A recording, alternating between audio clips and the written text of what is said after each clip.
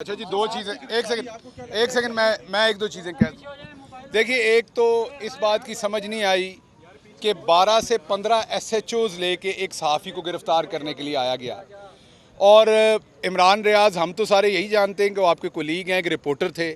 Reporter سے اوپر آ کے وہ ایک صحافی بنے، ایک بڑے جید صحافی بنے، اینکر بنے، صحافی بنے. صحافی ہیں وہ، اینکر بھی تو ایک فارم ہے صحافی کی. لیکن 12 سے 15 ایس ایچ اوز لا کے انہیں ٹول پلازا پہ کھڑے کر کے انہیں شام کے رات کے اس پہر گرفتار کرنا، اور اس سے 2 دن پہلے ایاز امیر صاحب، جن کے بارے میں کسی بھی مکتبہ فکر سے آپ ہوں، صحافت سے ہوں، آپ سیاست کی کسی بھی جماعت سے ہوں، نون سے ہوں، پیپلز پارٹی سے ہوں، پی ٹی آئی سے ہوں، آپ کسی ادارے سے ہوں، ایاز امیر صاحب ایک ایسی شخصیت ہیں جن کا ہر پاکستانی دل سے احترام کرتا ہے.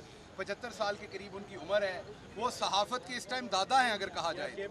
ان کے جس طریقے سے کپڑے پھاڑے گئے، جس طریقے سے ان کو زد و کوب کیا گیا، ان کو مارا گیا، وہ ایک تذلیل تھی. اس کے بعد آج جس طریقے سے اس اعلیٰ عدالت کے احکامات کے باوجود نئے سے نئے پرچے دے کے جس طریقے سے رانا ثناء اللہ اور ان کی یہ جو پوری گینگ ہے، انہوں نے عمران ریاض کو جس طریقے سے رات کے پہر میں گرفتار کیا تاکہ نہ ضمانت ہو سکے، نہ کسی عدالت سے رجوع ہو سکے. جو جسٹس اطہر من اللہ ہیں، انہوں نے ہمیشہ آزادی رائے، انہوں نے ہمیشہ ڈیموکریسی، وکلا کی تحریک اور ان تمام چیزوں میں اپنا بڑا اہم رول پلے کیا ہے.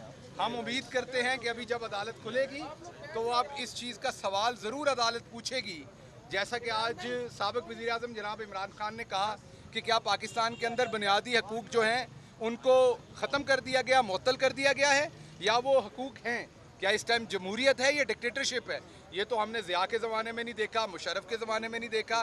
جو کچھ شہباز شریف اور رانا ثناء اللہ اور ان کے دوسرے ہم نوا یہاں پر کر رہے ہیں، اس کا رواج پاکستان کی تاریخ میں نہیں ہے. نہ اسے پاکستان کے صحافی برداشت کریں گے، نہ سیاستدان برداشت کریں گے. اور اس طریقے سے آپ آوازیں دبا کر چپ نہیں کروا سکتے. آپ اگر ایسے دبائیں گے لوگوں کو تو لوگ اور بولیں گے، کیونکہ یہ جبلت میں ہے انسانوں کی. اگر آپ انہیں دبائیں گے تو وہ اور بولیں گے. اس لیے جو عمران ریاض کے ساتھ ہوا اسے ہم کنڈیم بھی کرتے ہیں. جیسے چوری صاحب نے کہا، کل ملک گیر احتجاج بھی ہوگا.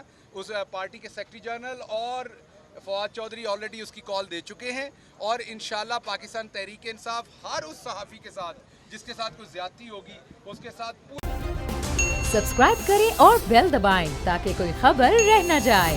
قدم ملا کے اس کے حقوق کے لیے کھڑی ہوگی.